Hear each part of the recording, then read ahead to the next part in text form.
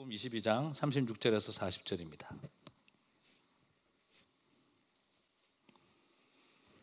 한 절씩 교독하겠습니다. 선생님, 율법 중에서 어느 계명이 크니까?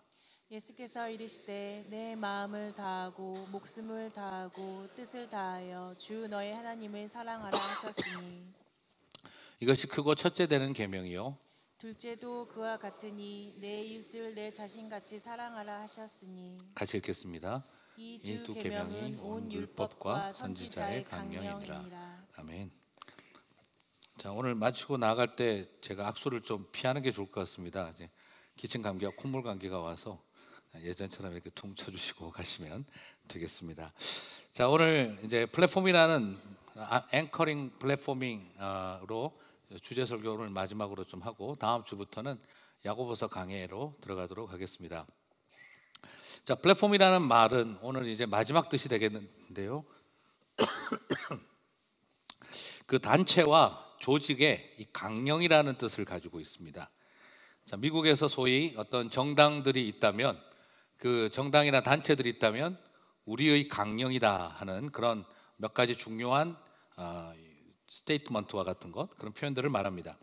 또 혹은 미국에서 대통령 출마를 하려고 준비하는 사람들이 후보자 지명 대회에서 그 출마자와 지명되는 사람들이 자신이 추구하고자 하는 정견을 발표할 때, 난 앞으로 이 일을 위해서 내 대통령 후보로 내가 나갑니다 하고 그 정견을 발표할 때 그 정견 발표를 The Platform이라고 그렇게 말을 합니다. 그래서 어떤 단체와 공동체가 추구하는 가장 중요한 정신, 그리고 그것을 본질을 어떤 그 문서로 정리해서 그것을 꺼내 놓을 때 그것을 플랫폼이라고 한다는 것이죠. 바로 그 플랫폼은 그 공동체와 그 사람이 끝까지 달려가야 할 이유, 일종의 그 레이스를 감당해야 될, 힘든 레이스를 감당해야 할 이유가 되고, 내가 왜 이 일을 하는지에 대한 중요한 본질적인 이유를 담고 있습니다. 그래서 이 플랫폼이라는 것은 모이는 이유가 되기도 하고, 그리고 또한 나아가야 할 이유가 되기도 하는 굉장히 중요한 근거라고 말할 수가 있겠습니다. 자, 신앙의 공동체도 비슷한 방식으로 우리들의 강령을 가지고 살아왔습니다. 제가 있던 한국 고신에서는 SFC 강령 이렇게 고백하고 우리는 라고 이렇게 말하기도 했었죠. 그래서 실제로 종교개혁가들은 이 닥트린이라는 이름으로 그것을 우리가 교리라는 것으로 모이고 뭉치는 그런 어떤 중요한 원리를 삼았습니다. 그것을 컴패션이라고 하기도 하고 캐리기즘이라고도 말을 하면서 우리가 그 정리를 했습니다. 그래서 벨직 컴패션, 벨기에서 모여서 그 우리가 믿는 바를 정리했었을 때 벨직 컴패션, 그리고 또 때로는 하이델베르크 캐리기즘, 하이델베르크에서 모여서 개혁주의 정신을 정리했었을 때, 그리고 또 웨스턴민스터, 우리 소요리 문답이라고 알고 계시죠? 그 웨스턴민스터에 모여서 우리가 믿는 바가 무엇인지를 문서로 정리했던 것. 자, 이런 것처럼 일종의 그런 플랫폼이라고 하는 것은 바로 그런 강령을 말합니다. 이것은 단지 문서로 붕 떠 있는 어떤 그런 것들이 아니라, 형이상학적인 것들이 아니라 매우 구체적으로 만들어져 있습니다. 원리와 본질의 기초에서 사람을 가르치고, 그리고 공동체를 형성하고, 그리고 그 원리와 본질에 따라 우리가 해야 할 사역과 할 일을 구체적으로 정리해 가는 것을 말합니다. 말 그대로 우리가 교회로 모이는 이유가 되면서 동시에 세상을 향해 나아가는 이유가 되기도 하고, 그리고 세상을 향해 외치는 메시지를 말하기도 합니다. 플랫폼은 그래서 항공기로 말하면 운항계기 시스템과 같은 것이고, 비행기를 날아가게 만드는 시스템과 같은 것이고, 사람으로 말하면 일종의 DNA와 같은 것입니다. 나를 구성하는 모든 근본적인 근원적인 것들을 말한다는 것이죠. 자, 그러면 교회와 이 성도들은 우리의 플랫폼을 도대체 무엇을 근거로 할까요? 웨스트민스터 소요리 문답이나 벨직 컴패션이나 하이델베르크 캐리기즘, 이런 것들은 뭘 근거로 만들어진 걸까요? 근본적으로는 바로 말씀, 성경을 가지고 되어진 것이죠. 성경은 우리에게 분명히 본질로 제시되어지고, 우리는 그 성경 말씀을 근거로 우리의 강령을 만들어가고, 우리가 말씀을 기초로 해서 우리의 방향을 찾아가야 합니다. 자, 성경은 분명히 하나님의 뜻이죠, 그죠? 성경은 분명히 하나님의 뜻인데, 그런데 가끔씩 성경에는 그 하나님의 뜻들이 모여 있는데 가장 중요한 원리들을 하나님의 뜻이라고 명시적으로 밝히는 경우가 있습니다. 항상 기뻐하라, 쉬지 말고 기도하라, 범사에 감사하라, 이는 그리스도 예수 안에서 너희를 향하신 하나님의 뜻이니라고. 모든 말씀이 다 하나님의 뜻인데 그렇게 하나님의 뜻이라고 명시적으로 밝히는 경우들이 있죠. 자, 오늘도 좀 그렇습니다. 오늘 읽은 본문도 모든 율법과 선지자의 근본된 강령이다, 그 말씀을 딱 두 개를 정리해 주고 있어요. 자, 오늘 본문 36절과 40절을 아까 읽었는데요, 제가 한 번 더 다시 읽겠습니다. 선생님, 율법 중에서 어느 계명이 크니까? 예수께서 이르시되 내 마음을 다하고 목숨을 다하고 뜻을 다하여 주 너의 하나님을 사랑하라 하셨으니 이것이 크고 첫째 되는 계명이요 둘째도 그와 같으니 내 이웃을 내 자신과 같이 사랑하라 하셨으니. 자, 이제 중요한 게 그 다음이죠. 40절, 이 두 계명이, 같이 한번 읽어볼까요? 이 두 계명이 온 율법과 선지자의 강령이니라. 자, 이 온 율법과 선지자라는 말이 뭘 말하느냐 그러면 구약 성경 전체를 말합니다. 십계명을 좁게 말하기도 하지만 구약 성경 전체를 말하는 거죠. 왜냐하면 유대인들은 사무엘서, 역대기서 이런 걸 역사서라고 분류하지 않고 다 선지서라고 분류를 합니다. 선지자들이 쓴 것이기 때문에. 그래서 율법과 선지자를 말하면 곧 뭘 뜻하는 거죠? 구약 성경 전체를 말합니다. 구약 성경 전체를 딱 두 개로 정리할 수 있는데 그게 뭐라는 거죠? 하나님을 사랑하고 내 이웃을 사랑하라예요. 바리새인이 어떤 율법이 가장 크냐라고 물어보자 율법의 근원이 되고 본질이 되는 것이 두 가지가 있는데 하나님 사랑이고 이웃 사랑이라는 거죠. 여기서 강령이라고 되어 있던 아까 그 표현은 의역하면은 의존한다, depends on 한다는 개념이 되고, 직역을 하게 되면 그게 뭐냐 그러면 이렇게 hang on, 매달려 있다라는 거예요. 매달려 있다라는 뜻을 말합니다. 다시 말씀드리면 모든 율법과 선지자의 가르침이 하나님 사랑, 이웃 사랑에 대롱대롱 매달려 있다는 거죠. 그게 넘어지면 모든 게 다 무너진다는 것과 마찬가지입니다. 그게 끊어지면 모든 게 다 와르르 무너진다는 것과 같은 거죠. 자, 이게 뭐하고 유사성이 있는 표현이냐 그러면 유대인들의 거주 문화인 텐트 문화와 연관성이 있습니다. 텐트를 칠 때 제일 중요한 게 뭐죠? 힘센 남편이 필요합니다. 이게 아니고요. 자, 텐트를 칠 때 제일 중요한 게 뭐죠? 기둥이죠, 그죠? 특히 유대인들의 그 무거운 텐트를 칠 때 제일 중요한 것은 텐트입니다. 그 텐트가 아니라 기둥입니다. 기둥을 놓고 그 천막을 펴고 박습니다. 안에 있는 어떤 것보다 기둥이 부러지거나 무너져 버리면 이 천막은 한 번에 내려앉아 버립니다.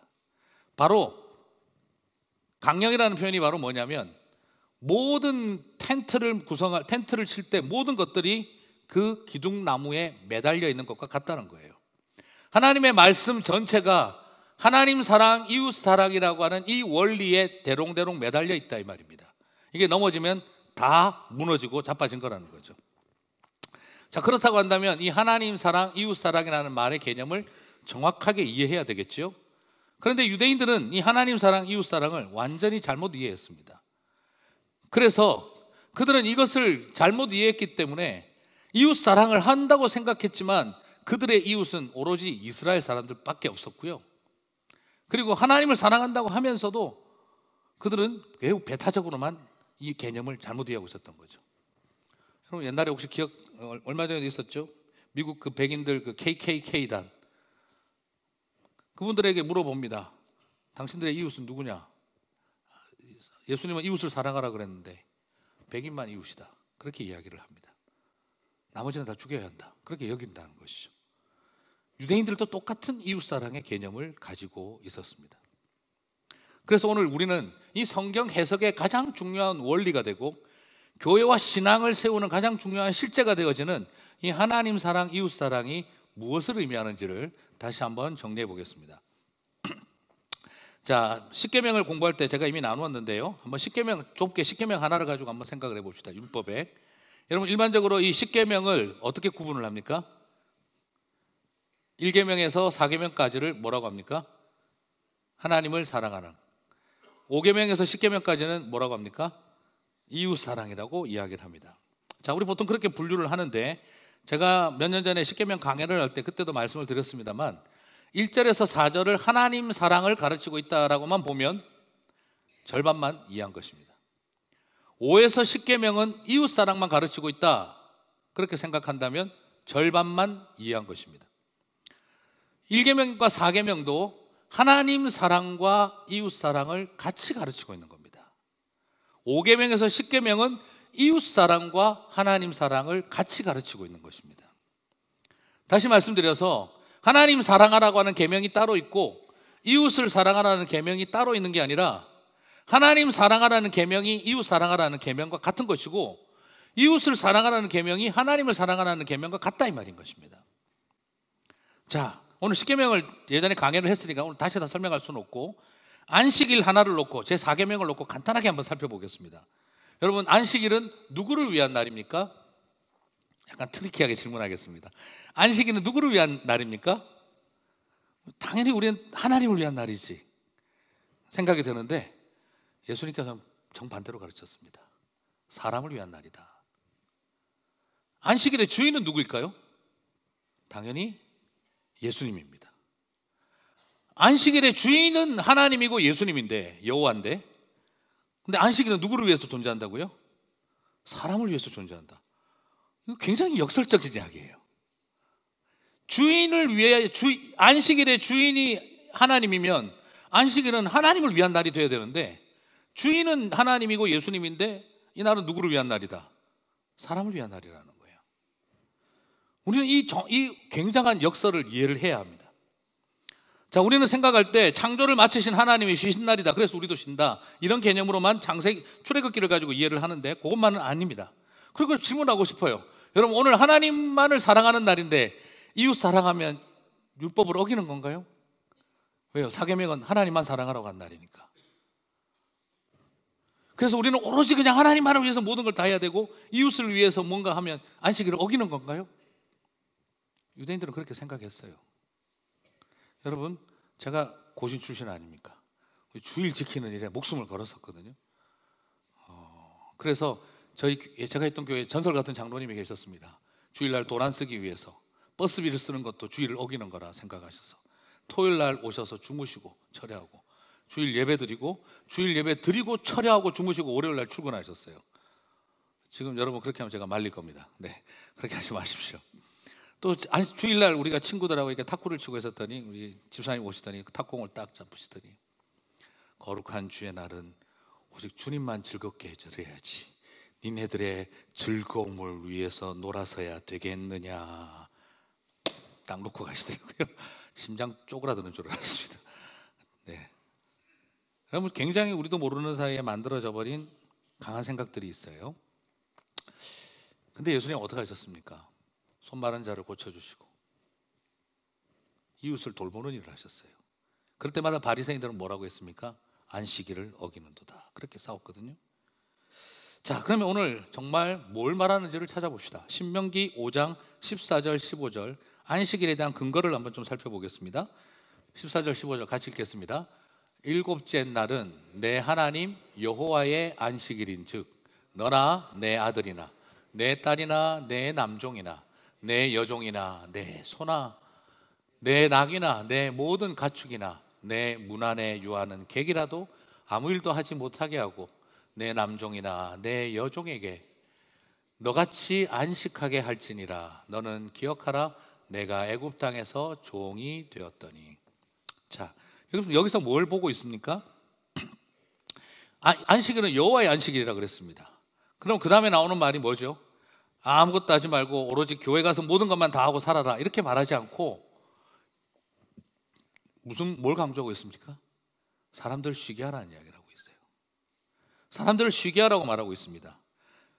노예부터 짐승까지 다 쉬게 해주라는 거 말하고 있습니다. 이유는 뭐라고 밝히고 있습니까? 안식일을 쉬어야 하는 이유는 너희가 애굽에서 노예되었던 사람이기 때문이다. 너희가 자유인이 되고 너희가 부요해지고 너희가 힘세진다고 해서 너희들이 옛날 개구리 올챙이적 시절 이렇게 버리지 마라. 오히려 안식일은 하나님이 쉬는 날로 설명을 하고 있는 게 아니라 우리를 쉬게 하려고 주신 날이라고 설명을 해주고 있습니다. 이것은 하나님만 사랑하라는 계명이 아니라 동시에 이웃을 사랑하라는 계명으로 같이 확장되고 있는 것을 발견할 수가 있습니다. 더더구나 예수님은 뭐라고 하셨을까요? 예수님은 마가복음 2장 23절에서 28절을 한번 보겠습니다. 같이 읽겠습니다.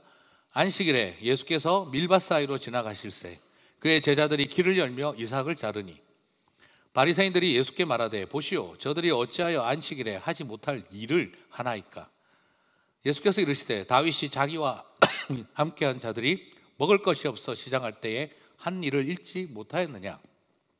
그가 아비아달 대제사장 때에 하나님의 전에 들어가서 제사장 외에는 먹어서는 안 되는 진설병을 먹고 함께한 자들에게도 주지 아니하였느냐. 또 이르시되 안식일이 사람을 위하여 있는 것이요 사람이 안식일을 위하여 있는 것이 아니니 이러므로 인자는 안식일에도 주인이니라. 예수님 분명히 말씀하십니다. 사람이 안식일을 위하여 있는 것이 아니라 안식일이 사람을 위해서 있는 것이다. 근데 또 하나 독특한 표현은 이걸 정리하고 난 다음 그 다음에 하시는 말씀이 안식일의 주인은 예수니가 된다. 여러분 이게 무슨 말이죠? 사람을 쉬게 하면 뭐가 이루어진다는 거죠? 예수님이 안식일의 주인이라는 게 정립된다는 거죠. 예수님이 이 안식의 주인이 되게 하려면 뭐가 있어야 된다는 거죠? 사람을 쉬어라는 거예요. 다시 말씀드려서 안식일이 사람을 위하여 있는 게 아니요 사람이 안식을 위하여 있는 것이 아니니 이러므로 인자는 안식일에도 주인이라 하는 이 두 가지의 상관관계, 인자가 예수님이 안식일의 주인이 되는 것과 우리가 쉬는 것이 같은 맥락이라는 걸 보여주고 있다는 거예요. 기가 막힌 역설입니다. 사람을 쉬게 하려고 예수님이 주인이 됐다는 말입니다. 사람이 쉬어야 예수님이 주인이 된다 이 말입니다. 바로 이웃을 사랑하기 위해서 하나님을 사랑한다는 것이죠. 여러분 출애굽기의 안식일 규정이 독특해요. 신명기하고 좀 달라요. 출애굽기는 이 제4계명을 어떻게 표현하냐면 안식일을 기억하여 거룩히 지키라. 우리 이렇게 다 한글 번역은 되어 있는데 원어 번역은 좀 달라요. 2인칭 절대 명령법으로 remember, 기억하라예요. Remember the Sabbath day to keep it holy, 거룩하게 지키기 위해서. 근데 신명기는 이걸 바꿔놨어요. 2인칭 절대 명령법이 지키랍니다. Keep the Sabbath day to remember이에요. 여러분 굉장히 역설적이지 않습니까? 안식일을 그러면은 어떻게 생각하세요? 2인칭 절대 명령법이니까 기억하라가 목적이겠죠. Remember 했으면 기억하라죠. 그런데 여러분 기억하라가 목적입니까? 뒤에 기억하는 이유가 뭡니까? To keep it holy예요. 지키기 위해서예요. 강조는 1인칭 절대 명령법으로 강조는 기억하라고 했는데 목적은 뭐 때문입니까? 지키게 하기 위해서예요. 반대로 출애굽기는 지키라라고 해놓고 신명기는 지키라라고 해놓고 Keep the Sabbath day holy to remember예요. 무슨 뜻이죠? 영어 성경을 보면 그냥 되어 있습니다. 똑같아요. 근데 원어는 다릅니다. To remember예요. 지키라를 강조한 것 같은데 지키는 게 목적이 아니라 뭐가 목적입니까? 기억하는 게 목적이에요. 그러므로 안식일은 기억해야 하는 이유는 기억을 하기 위해서가 아니라 지키기 위해서고요. 안식일을 지키라고 하신 것은 지키는 게 목적이 아니라 기억하게 하기 위해서가 목적인 거예요. 여기서 우리는 뭘 봅니까? 기억하는 게 중요합니까? 행동이 중요합니까?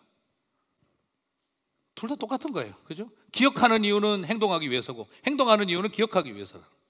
이 둘을 분리시켜 놓고 있지 않습니다.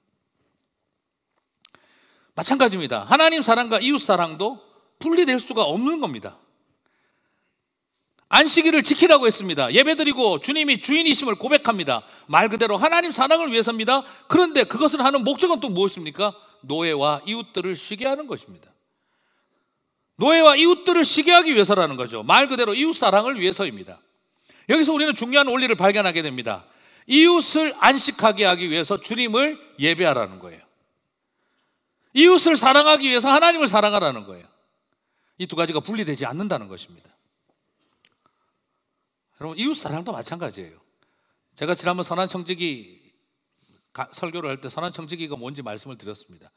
선한청지기가 뭡니까? 주인에게 하인들을 맡아서 내가 먼 나라에 가 있는 동안 너희들 백성들을 하인들을 잘 돌보라 그랬죠. 나중에 그 청지기가 악한 청지기가 돼서 주인의 집에서 쫓겨나서 슬피 울며 이를 가는 이유가 무엇입니까? 주인에게 잘못해서입니까?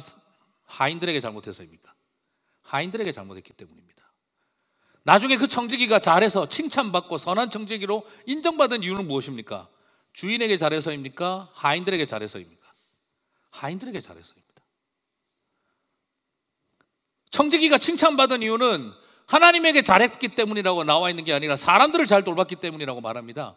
청지기가 악하고 게으르고 무익한 종이라고 쫓겨난 이유는 하나님에게 잘못했기 때문이 아니라 사람에게 잘못했다라고 되어 있습니다. 그런데 우리는 거기서 알고 있지요. 이웃에게 잘하는 게 하나님에게 잘하는 것이고 이웃에게 잘못하는 게 하나님에게 잘못하는 거라는 것. 이웃 사랑과 하나님 사랑을 분리시켜 놓고 있지 않더라는 거죠. 사랑하는 성도 여러분, 여기에서 오늘 설교의 원리 제목의 이유가 나옵니다. 하나님 사랑을 위해 하나님 사랑을 하지 마십시오. 그리고 이웃 사랑을 위해 이웃 사랑을 하지 마십시오. 무슨 말도 안 되는 소린가 싶지만 이제 이해를 하실 것입니다. 많은 종교가 자신의 신을 위해 자신의 신을 사랑합니다. 우리도 그렇게 될 수 있습니다. 하나님을 위해서 하나님을 사랑하고 있어요. 그러면 그건 기독교 신앙이 아니라 종교입니다. 세상 모든 종교와 똑같은 수준입니다. 알라를 위해 알라를 사랑하지. 그러니까 백성들은 테러의 대상이 돼도 상관없는 겁니다. 천황을 위해 천황을 사랑하니까 가미가제를 만들어도 괜찮은 것입니다. 하나님을 위해 하나님을 사랑한다면 백성들은 전도와 선교의 대상이 아니라 멸절시키고 죽여버려야 할 사람들이 되는 겁니다. 이것이 오늘 우리가 발견하는 한계입니다. 이것은 종교지 기독교가 아닙니다. 교회를 위해 교회를 사랑하고 사역을 위해 사역을 사랑한다면 그건 사역이 아닙니다. 예배를 예배하고 설교를 예배하고 찬양을 예배하고 기도를 예배하면 그것은 우상 숭배와 별 차이가 없습니다. 선교와 전도를 사랑하지 마시고 영혼을 사랑하셔야 됩니다. 우리가 하고 있는 선교를 사랑하고 우리가 하고 있는 전도를 사랑합니다. 가끔씩 보면은 선교 프로그램을 전도하고 계시고 전도 프로그램을 선교하고 계세요. 한국에서 만든 전도 프로그램을 전 세계에 알리자 전도를 선교하고 계시고 선교를 열심히 전도하고 계세요. 지금 우리에게 중요한 것은 영혼입니다. 사람과 이웃을 사랑하는 거예요. 이런 모습으로 나아간다면 하나님을 사랑한다고 열심히 하면 할수록 이웃들을 혐오하고 이웃들을 미워하는 현상으로 나타나게 되는 것입니다. 신을 위해서 신을 사랑하면 이웃에게 잔인해집니다. 내 편은 무지무지 사랑하지만 내 편이 아니다 싶으면 혐오하고 미워합니다. 신을 향한 사랑이 이웃과의 경쟁과 질투를 만들어냅니다. 그건 우리 내부적으로도 갈등을 일으킵니다. 외부의 이웃만이 아니라 우리 내부의 이웃과도 갈등을 일으킵니다. 왜요? 신을 향해 내가 더 사랑해야 되니까 김 집사보다 더 해야죠. 박 집사보다 더 해야죠. 김 목사보다 더 해야죠. 어느 틈에 우리도 모르는 사이에 서로가 경쟁하고 질투하는 관계로 바뀌어 있습니다. 왜? 내가 하나님을 더 사랑해야 되니까. 종교는 그래서 이념보다 더 무서운 전쟁의 이유가 되고 그래서 세상보다 더 심한 욕망의 싸움터가 교회가 될 수가 있는 것입니다. 그럴 때 하나님을 사랑하면 사랑할수록 이웃을 향해 분노하고 잔인해지고 그리고 무서워집니다. 그래서 가장 신앙적인 사람들이 이웃에게 가장 무례한 사람들이 되고 가장 하나님을 사랑하는 사람들이 이웃을 향한 분노와 적개심을 갖고 있는 것을 보게 됩니다.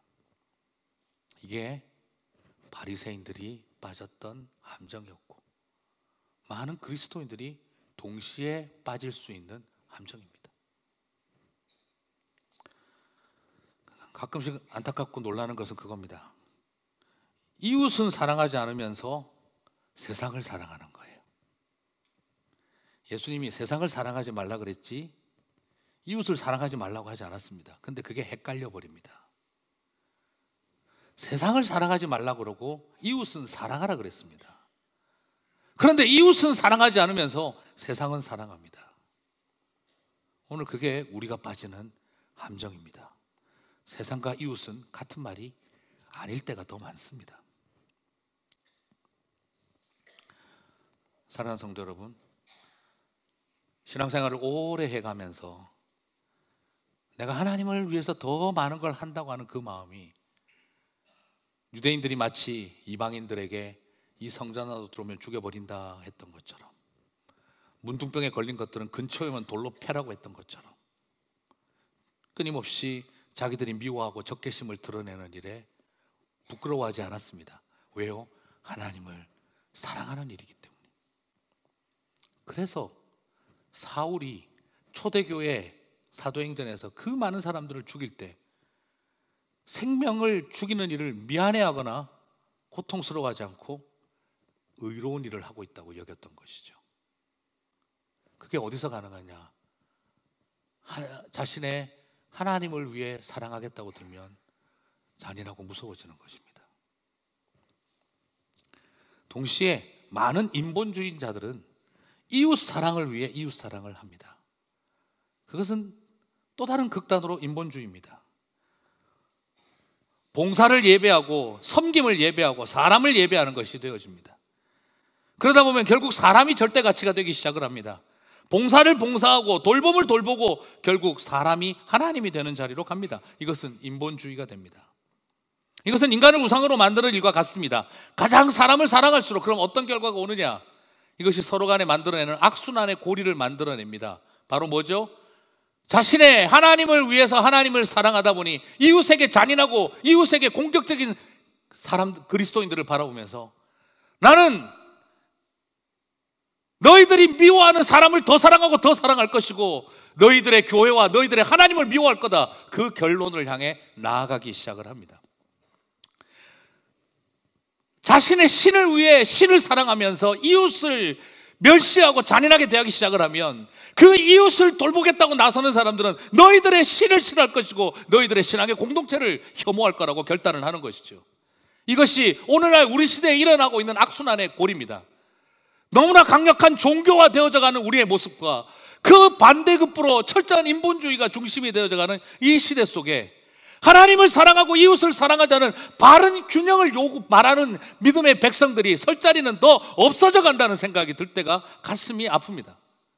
차라리 종교가 돼버리든지 차라리 인본주의자가 돼버리는 게 속편하지, 이 어찌 이 사이에서 하나님을 사랑하는 것이 이웃을 사랑하는 것이요 이웃을 사랑하는 것이 하나님을 사랑하는 것입니다 라고 말하는 일이 너무너무 힘든 겁니다.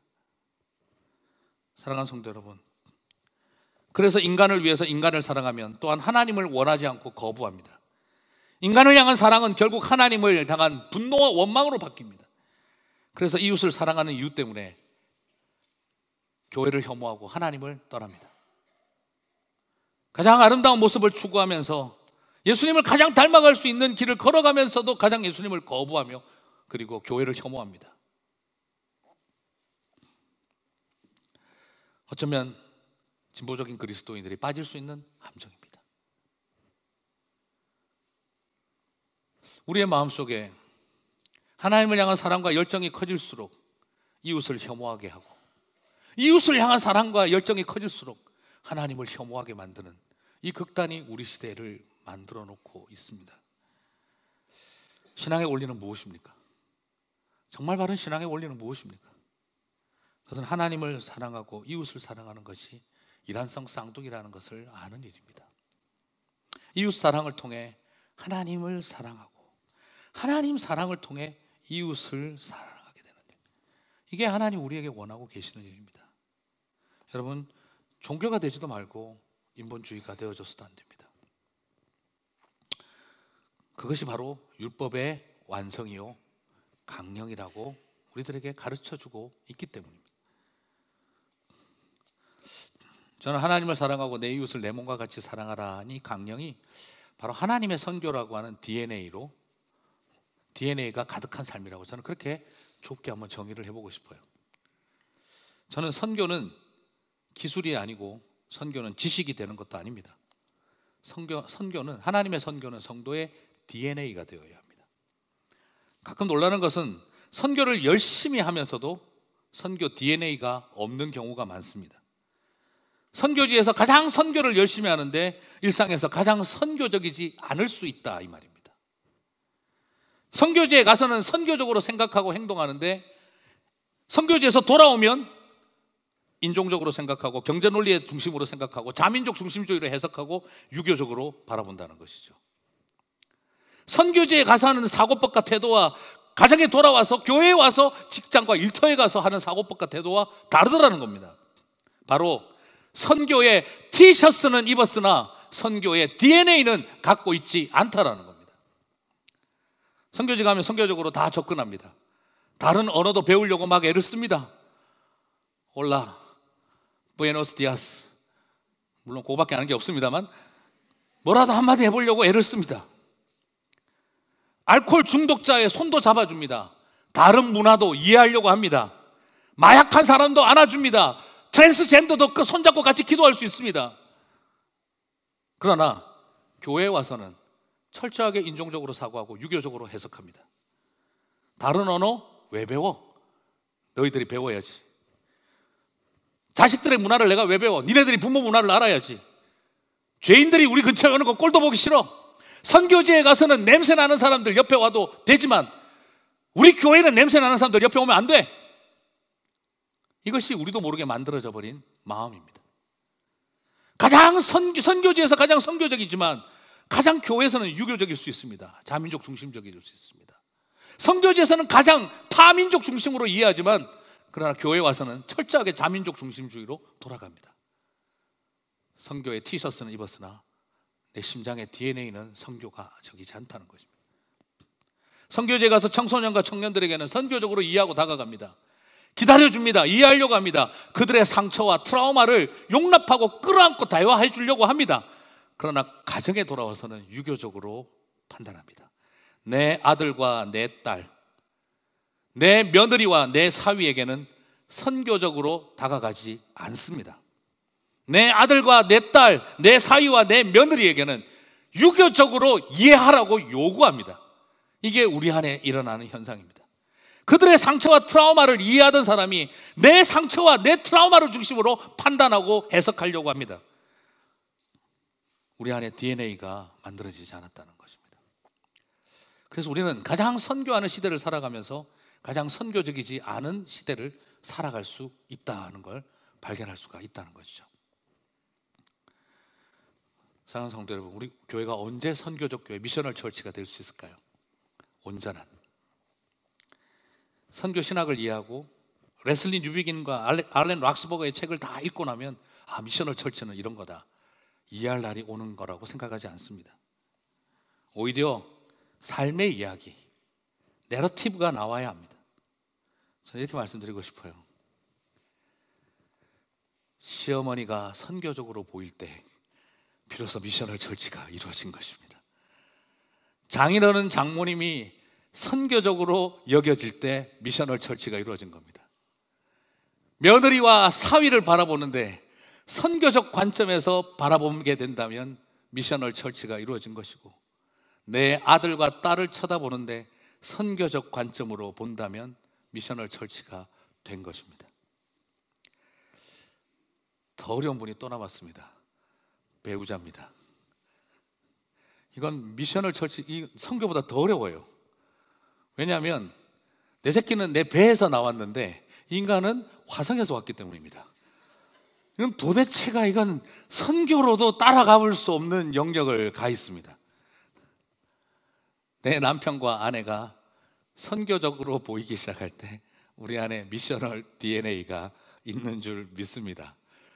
오멘 하시는 분이 지금 있는데요, 아멘 하셔야 됩니다. 그래야 창세기에서 말했던 돕는 배필, suitable helper, 이게 뭐냐면 적절한 구원자라는 뜻입니다. 결혼하실 때 하는 말 있죠? 내가 이 인간을 구원시켰죠. 성경적입니다. 구원시키려면 어떻게 해야 됩니까? 선교적 대상으로 이해하셔야죠. 더 알고 싶으시면 부부 목고지 꼭 오시기를 바랍니다. 아들과 딸, 며느리와 사위를 사랑하기 위해 하나님을 사랑하는 겁니다. 하나님을 사랑하기 위해서 시부모와 장인 장모를 사랑하는 겁니다. 부모를 공경하라는 바로 하나님 사랑 때문입니다. 죄인들을 사랑하기 위해 하나님을 사랑합니다. 하나님을 사랑하기 위해 혐오하고 적대하던 자들을 사랑하는 것입니다. 이게 종교와 인본주의로 가는 길이 아니라 바로 복음으로 가는 길입니다. 성경의 본질이고 교회의 플랫폼입니다. 오늘 말씀처럼 하나님을 사랑하고 이웃을 사랑하는 두 계명이 여러분의 텐트를 세우는 두 기둥이 되시고 그 두 기둥이 똑같은 한 기둥이라는 것을 고백하게 되시기를 바랍니다. 하나님을 배제하고 교회를 혐오하는 인본주의의 플랫폼에도 속지 마시고, 또 이방인을 개처럼 여기고 장애인들을 짐승처럼 여기며 쫓아내었던 유대인들의 플랫폼에도 빠지지 마시고 오직 하나님의 말씀을 대로 가는 복음의 길, 성경의 길을 걸어가는 저와 여러분이 되시기를 바랍니다. 말씀 맺겠습니다. 우리 교회 가만히 요즘 생각을 해봅니다. 오늘 말씀을 준비하면서 정말 나는 선교적으로 바라보고 있을까?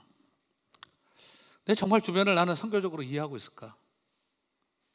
우리 교회 매주 월요일마다 청소하러 오는 분들이 있습니다. 한 번이라도 우리가 봤을까? 이름 걸어보고 이름이 뭔지 물어나 보고 손이라도 한번 잡아줘 봤을까? 행여나 우리는 체크리스트 만들어서 뭘 잘못하고 있는지는 그것도 해야 되겠지만 정말 그들의 이름을 알고 있는 것일까? 우체국 직원도 매주마다 옵니다. 그러나 내가 그 사람 이름을 알고 있을까? 내가 그 우체국 직원에게 고맙다는 말이라도 한번 해봤을까? 물론 UPS도 옵니다. 많은 장애를 가진 아이들이 부모들이 아이들 데리고 미장원 가는 게 어렵습니다. 어릴수록 얘들이 예민할 때는 오티즘 가진 아이들은 이 소리를 견뎌내지 못하기 때문에 머리 깎으러 가면 난리가 납니다. 그래서 어디 가기가 힘듭니다. 그런 아이를 위해서 한번 나는 머리를 깎아주고 싶다. 그게 무슨 미셔널한 건가? 그렇지 않습니다. 그게 미셔널한 겁니다. 힘듭니다. 사람들은 잘 모릅니다.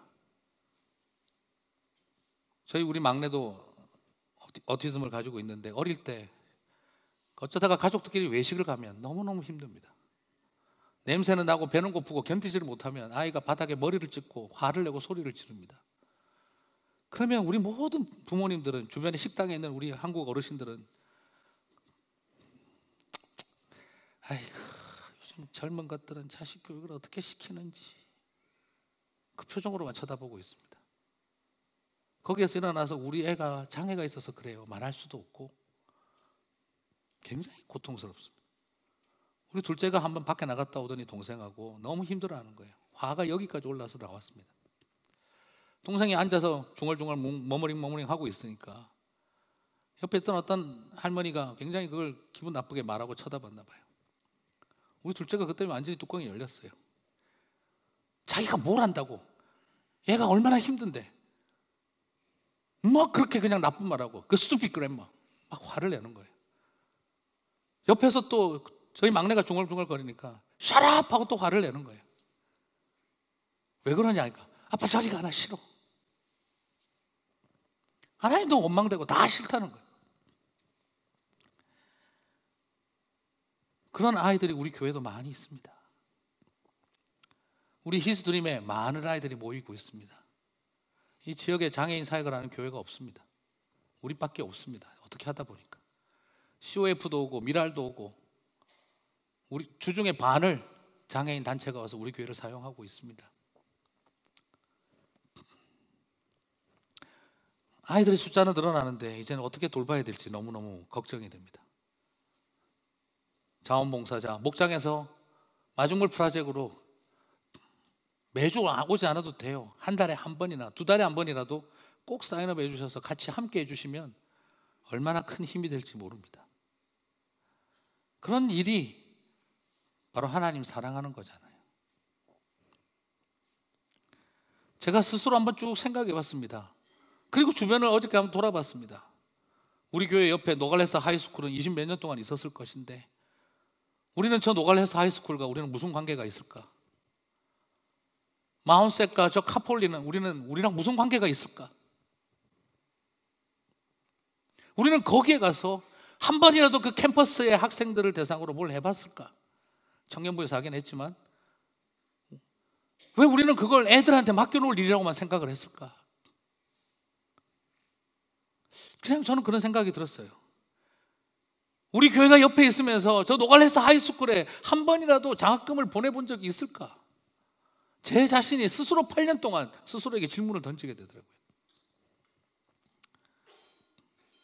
사랑하는 성도 여러분, 조금만 더 마음을 우리가 바꿔본다면 우리 주변에 지금 할 일들이 너무너무 많을 것 같습니다. 오늘 친교부에 우리 국이 식었냐 안 식었냐, 오늘 밥이 덜 됐냐 안 됐냐로 우리가 그 문제를 가지고 대책회의를 열고 하는 그런 거는 이제 그만했으면 좋겠습니다. 이런 거 고민하고 이런 일을 하느라고 더 서로 바빠지고 하면 얼마나 좋을까요? 이번에 COF의 한 어머니가 저한테 와서 그런 이야기를 해주셨어요. 선한청지교회 너무 감사합니다. 아유, 우리가 하는 게 아무것도 없는데요. 뭐 아니에요, 목사님. 목사님도 아시잖아요. 장애인 부모들은 눈빛만 봐도 무슨 생각하는지 안다는 거. 그런데 우리 애들 데리고 선한청지교회 들어오면 선천교인들은 눈빛이 달라요. 그래서 너무 편안해요. 그리고 저한테 오시더니 그 말을 하시더라고요. 이번에 우리 아들 드디어 독립시켜요. 엄마 없이 사는 법을 가르쳐야 되니까 이제 떼서 혼자 살도록 내보내기로 결정했어요. 고민하다가 목사님, 선한청지기 교회 앞에 있는 저 아파트에 방을 잡았어요. 왜냐하면 선한청지기 교회 앞에 놔두면 괜찮을 것 같다는 생각이 들어서. 그리고 교회 들어가는 거 너무 좋아하니까 언제든지 그냥 교회 가서 있으라고. 괜히 교회 부담 드리는 거 아닌가 모르겠어요. 곧 우리 좌한 이사 예배 같이 드리기로 했어요. 저는 굉장히 고민되고 어렵지만 그게 뭘까요? 가장 하나님 사랑하는 길 아니겠습니까? 가장 하나님 영광 받으시는 길 아니겠습니까? 지금도 우리 안에 갇혀있는 생각들이 우리 자신만을 위해서 모든 것들을 하고 있다면 가장 하나님을 사랑하는 것처럼 하면서 가장 잔인한 길로 갈 수 있는 일이라는 걸 우리는 바라보는 거죠. 오늘 우리 모두에게 다시 그 사랑을 베푸는 일들이 시작되시기를 주님의 이름으로 축복합니다. 그게 하나님의 말씀이고 강령입니다. 주의 말씀을, 이것이 주의 말씀이니 들으시고 내 삶의 한 조각이라도 순종하시는 저와 여러분이 되시기를 주님의 이름으로 축복합니다.